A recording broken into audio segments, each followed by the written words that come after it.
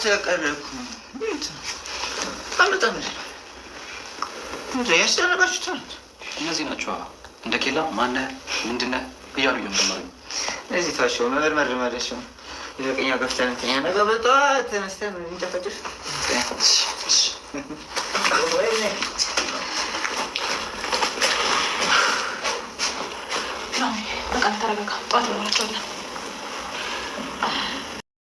እናቴ ለሚስት ያኖራችሁ ወጣትነት ስላላት ነው።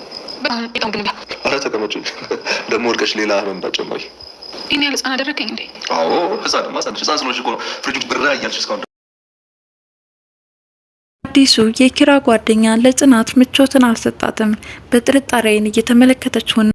ከኪራ ጋር ስላላቸው የፍቅር ግንኙነት ምን አይነት ክፍተትን ይፈጥርብኝ ይሆን የሚል ስጋትም አጭሮባታል። ክብሮም ወደ ሰናይት ቤት መመላለሱን ቀጥሎበታል። እሷ በተደጋጋሚ ወደ ቤቷ እንዳይመጣ ብታስጠነቅቀውም ብስጭቷን ወደ ጎን በመተው ወደ እሷ የማቀራረቡን ሂደት ቀጥሎበታል። ሰላም ጤና ይስጥልን ውድ ቻናል ቤተሰቦች እንደምናላችሁ በያላችሁበት ባለም ዳርቻ ሰላማችሁ ይብዛ እያልኩኝ ዛሬም ጽናት ድራማ ክፍል 7 እናያለን።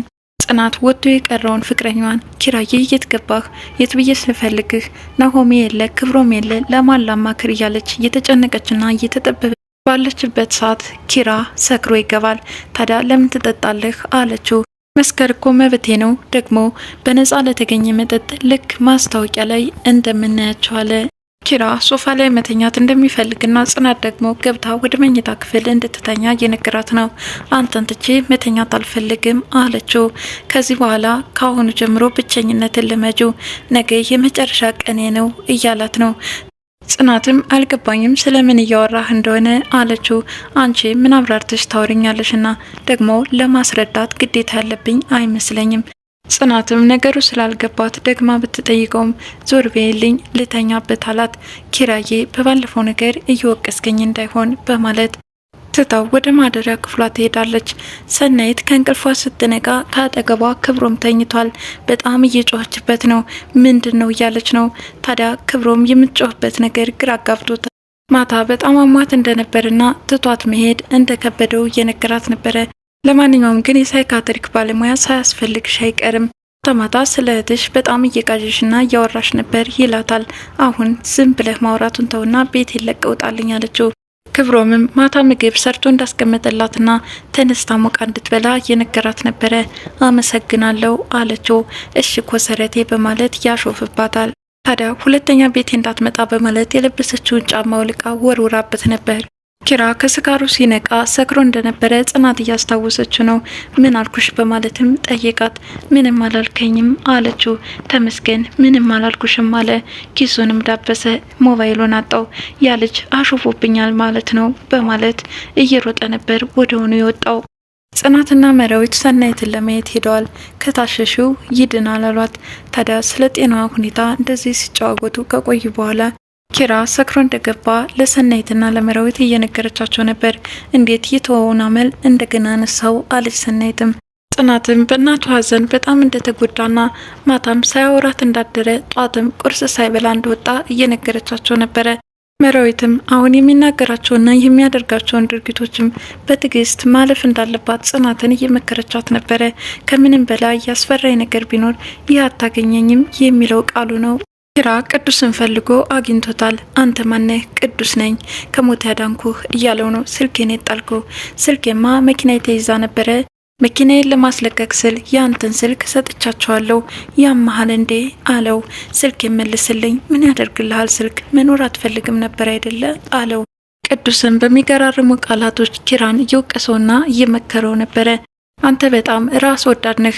ያችን የመሰለች አፍቃሪ 10 ጊዜ የምትደውል እያለችህ ሞትን የምትመኝ ይችን ዓለም መጋፈጥ የማይፈልጉ ፈሪዎች መካከል አንዱ ነህ አለው። ኪራም ቆይ አንተ ማነህ እንደዚህ ልትናገር የምትችለው በማለት ጥያቄውን አስከትሏል። ቆይ የሆነ ቦታ ልውሰድህማ እያለ ነበር ቅዱስ። ክብሮም እንዲመጣ ባትፈልግም አሁንም ወደ ሰናይት ቤት ተመልሶ መጥቶባታል። በሩንም አንኳኳ። ከፈተችው። አንተ ሰው በቃ ወደ ቤት ያትምጣ አላልኩም ነበር አለችው። ታዲያ ለእቃዎቿ ያወጣችውን ስም እያነሳ ያሳስቃት ጀመር። እኔ ምልህ አለች ሰናይትም። እሺ አንቺ ምትይኝ በማለት ለመስማት እየጓጓ ነው። አራበህም አለችው። አይ በልቻለሁ አላት። እሺ አፈር ብላ አለችው። ምን አልሽኝ? ምን ነው ልታቀርብልኝ ነበር? እኔማ በምን አቅሜ የሰራሁትን። ክብሮምም በኮሰረት ነዋ በማለት ያሾፍባታል። ማንኛውም ስራ ላይ ብትይ ምንም አልልሽም። እናቴ ስለ ሴት ልጅ ክብር ጠንቅቃን ያስተማረችኛል። ኪራ በድጋሚ ወጥቶ ስለቀረ በጣም ተጨናንቀዋል። ምን እናድርግ፣ የት እንድረስ፣ የት ብለን እንፈልገው እያሉ ነው። ታዲያ በዚህ ሁኔታ እየተጨናነቁ ባሉበት ሰዓት ቅዱስ ኪራን እየጎተተ ወደ ውስጥ ይገባል። ኪራ በጣም ሰክሯል። ምን እየተካሄደ ነው አለ ናሆሜ። መጠየቅ አይገባችሁም፣ እናንተ ስለምን ዘርዝራችሁ አውርታችሁኝ ታውቃላችሁ አለ። እነሱም በጣም ግራ ተጋብተዋል። ማንህ አንተ በማለት ለቅዱስም ጥያቄያቸውን አስከትለዋል።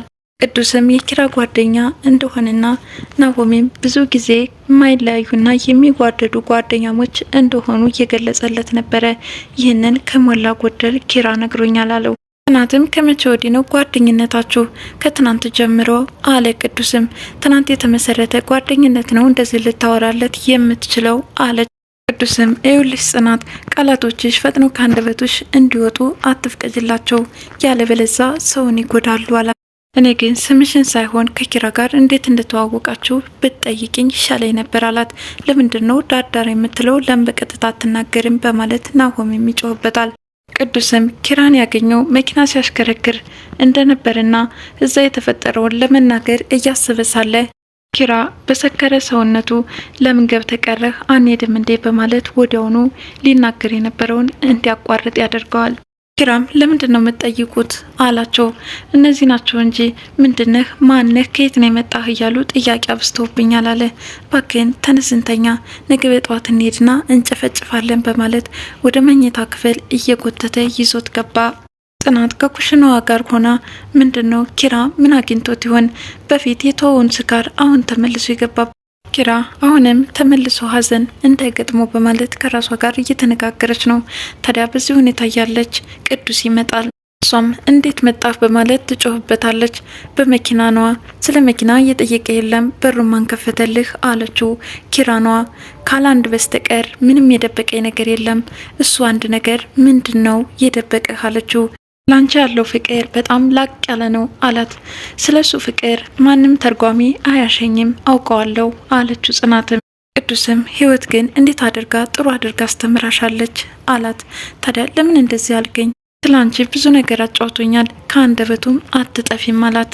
ጽናት ግን እኔ እየታየኝ ያለው ሌላ ነው አለችው በጥርጣሬን እየተመለከተች። ምን አልሽኝ በማለትም ጠይቃት። እንዴት ገባህ ነው ያልኩት አለች። ለማስተባበልም እየሞከረች ነበር። ቅዱስም ቁልፉ ከሱ ጋር እንደነበርና በሱ ከፍቶም እንደገባ እየነገራት ነው። ታዲያ አሁን ኪራ እስከዚህ ሰዓት ድረስ ይተኛል እንዴ? ልሄድና ልቀስቅሰው አለ። ለምን ትቀሰቅሰዋለህ? ይተኛ ደግሞ እኮ ከረፈደ ነው ያመጣኸው አለችው። ስካር እንዴት ህይወትን እንደሚያመሳቃቅል ይነሳና ማየት አለበት አለ። ታዲያ ወደ ኪራ ክፍል ቅዱስ ሲሄድ ይህ ሰውዬ ግን ማን ነው? ኪራንም ቤታችንን ባንድ የተቆጣጠረው እኮ ጽናት ዓይንሽን ግለጭ እያለች ከራሷ ጋር እየተነጋገረች ነበረ። ቅዱስም ኪራ በተኛበት ተስፋ የቆረጥከው ጓደኛዬ እንደምን አደርግ? ምንም ቢሆን አንድ ሳምንትን እንድታያድርግሃለሁ፣ ከዚህ በኋላም የምፈልገው ያንተን ደስታ ነው እያለ ሲያወራ ከቆየ በኋላ ከተኛበት ይቀሰቅሰዋል። እንዲነሳም አደረገው። ታዲያ አንድ ነገር የምልህን ታደርጋለህ እያለው ነው። ምንድን ነው የማደርገው? ቃል የገባኸውን ረሳው እንዴ? አንተ ደግሞ ከያዝክ አትለቅም አለ ኪራ። እኔ ለቃል እታመናለሁ፣ ሰዎች የተናገሩትንም እንዲያደርጉ እፈልጋለሁ አለ። ታዲያ በዚህ መካከል ራሱን ሊያጠፋ እንደነበረም እያስታወሰው ነበር። እረ እባክህ ሌላ ሰው እንዳይሰማ በማለት ኪራ ሌላ ሰው እንዳይሰማበት ጓደኛውን እያስጠነቀቀው ነበር። አየህ ለሰው የሚያሳፍረውን ነገር ነበር ልትፈጽም የነበረው አለ ቅዱስም። ለቆለት እንዲወጣም ትሄዳለህ ወይስ ልሄድ አለው። እረ ሄዳለሁ ከፈለግና በማለት ክፍሉን ለቆለት ይወጣል። ታዲያ ኪራ ቀኝም ግራም የሆነ ልጅ ሲል ነበር። ቅዱስና ክብሮም ተገናኝተዋል። ከኪራ ጋር እንዴት ልትተዋወቁ ቻላችሁ አለው። ሁለታችንም አንድ አይነት አጋጣሚ አጋጠመን። ቅዱስም የሚናገረውን ነገር ክብሮም በደንብ እያዳመጠውና እየተከታተለው ነበረ። በጣም አመሰግናለሁ፣ ሌሎቹ ግን በመጠራጠር ነበር ሲጠይቁኝ የነበረው አለ። ታዲያ በንግግራቸው ተግባብተዋል። ብዙ ባወራህ በወደድኩኝ፣ ነገር ግን ስራ ላይ በማለት ሰላምታ ተቀያይረው ይለያያሉ። አንድ በሳል ሰው እዚህ ቤት ተገኘ፣ እንደምንም ብዬ ኪራ ጋር ማቀራረብ አለብኝ፣ ያለአንዳች ምክንያት ክብሮም ጋር አላገናኘኝም እያለ ነበር። ናሆሜና መራዊት ስለ ኪራ ጉዳይ በጣም ተጨናንቀዋል። ኪራ በዚህ ሙድ ውስጥ አይቼው አላውቅም። አሁን ግን እየሆነ ያለው ነገር በጣም እንዳሳሰበው ለመራዊት እየነገራት ነበር። ከሱ ይልቅ ቅዱስ ያሳስበኛል አለችው። ታዲያ ከቅዱስ ጋር ተግባብተው ነገሮችን መፍታት እንደሚችሉ እየነገራቸው ነበር። እኔ ከቅዱስ ጋር የሚያስማማኝ አይደለም፣ ምክንያቱም ነገሮችን ማወሳሰብ ይወዳል ሲል ነበር ናሆም። ታዲያ መራዊትም አሁን ላይ እየተቀራረቡ ያሉት ከቅዱስ ጋር ስለሆነ ሁሉንም ነገር ሊነግረን የሚችለው ቅዱስ ነው አለችው። እኔ አላውቅም አለ ናሆም። ኪራ ቅዱስን ለምንድነው ሁልጊዜ የምትጠጣው እያለ ነው። ተስፋ ስለሌለኝ። ለምንድነው ተስፋ የሌለህ አለው። ደግሞ ስላንተ እኮ ምንም የነገርከኝ ታሪክ የለም፣ የሚነገር ታሪክ የለኝም አለ ቅዱስ። እንኳን አንተ እጽዋት እንኳን አላቸው። የማይረባ ምሳሌ ከምትነግረኝ የራሴን ታሪክ ብነግርህ ይቀለኝ ነበር አለ። ታዲያ በዚህ ሁኔታ እየተጨዋወቱና እያወሩ ሳለ ጽናት መታ ቁርስ ላቅርብ አለችው። አንቺ አልበላሽም አይደለ? አንተን ትቼ መብላት እንደማልወድ ታውቅ የለ አለችው። ታዲያ ቁርስ ለማቅረብ ወደ ኩሽና ሄዳ ሳለ የማይሆን ተስፋ እየሰጠህ ልጅቷን እንዳትጎዳት በማለት ቅዱስ እየተናገረ ነበር። ኪራም ጽናትን እንደሚወዳትና እንደሚያፈቅራት እየነገረው ነበር። እንደዛ ከሆነ ኑርላት አለው። ኪራም የእናቱን ህመም እንደደበቁትና በዚህም እንደተናደደ እየነገረው ነበር። ቅዱስም አፍቃሪ ልብ እኮ ይቅር ባይና ሁሉንም ታጋሽ ነው በማለት ስለ ፍቅር እየዘረዘረ ባለበት ሁኔታ ጽናት ስትመጣ አቋርጦታል። ጽናት ግን በሌላ የተጠራጠረች ይመስላል። ወዲያውኑ ደንግጣ ተመልሳለች። ክብሮም አሁንም በተደጋጋሚ ሰናይት ቤት ተገኝቷል። አንተ ሰውዬ ቤት ያትምጣ አልኩህ እኮ እያለችው ነው። ክብሮም ጽናት እኮ ምግቡ ሰድላ ስለምትለኝ ነው ቤትሽ የምመላለሰው ወድጄ አይደለም አላት። ግን እንዲሁ ሳይህ ሙጭጭ ያልክ ይመስለኛል። ምን አልሽኝ ኮሰረቴ በማለት አሁንም ተመልሶ ያሾፍባታል። ታዲያ የሰናይት ፍራቻና ሽሽት ሁሉንም እየገለጸላት ነበረ። ያልተኖረ ወጣትነት ሳይ በጣም ያሳዝነኛል። እናቴ ለኔ ስትል ያልኖረችውን ወጣት እያሰብኩ ነው እንደዚህም ሆነው በማለት እያስረዳት ነበር። በመጨረሻ ምግብ እንብላው ብለው አይ ለኔ ስትይ ደግሞ ብትወድቂ እዳውን የሚተርፈኝ ምን ነው ይህን ያህል ህጻን ልጅ ነኝ እንዴ? ህጻን ብትሆኝ እኮ ነው ፍሪጁን ጅብራ እያልሽ የምትጠሪው በማለት ትቷት ወጥቷል። እንግዲህ የዛሬው ጽናት ድራማ ክፍል 7 ይህን ይመስላል። ጽናት ድራማ ክፍል 7 ይህን ይመስላል። በቀጣይ እስከምንገናኝ ድረስ መልካም ጊዜ ይሆንላችሁ እያልኩኝ ለዛሬ ተሰናበትኳችሁ።